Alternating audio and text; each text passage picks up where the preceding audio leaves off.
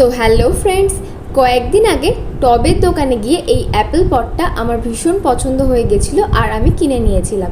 তো আমার মনে হলো এই অ্যাপেল পটে লাগানোর জন্য এই স্নেক প্ল্যান্টটাই বেস্ট। আমার এই স্নেক প্ল্যান্টটা প্রায় অনেক দিন এই ছোট পটের মধ্যে ছিল আর আশা করছি প্রচুর রুট বাউন্ড হয়ে গেছে। আর দেখতেই পাচ্ছ সাইড থেকে অনেক ছোট চারা গাছও বেরিয়েছে। আর পটিং মিডিয়া আমি আগেই তৈরি করে রেখেছিলাম। এখন পটের মধ্যে কিছুটা পটিং মিডিয়া ভর্তি করে নেব, পুরোটা ভর্তি করব না, হাফ অবধি ভর্তি করব। এবার পুরনো পট থেকে স্নেক প্ল্যান্টটাকে খুব আস্তে করে বার করে নিতে হবে। আগেই আমি বলেছিলাম দেখো কত রুট বাউন্ড হয়ে গেছে। এবার স্নেক প্ল্যান্টটাকে পটের মাঝ বরাবর বসিয়ে নিয়ে বাকি জায়গাটা পটিং মিডিয়া দিয়ে ভর্তি করে নেব।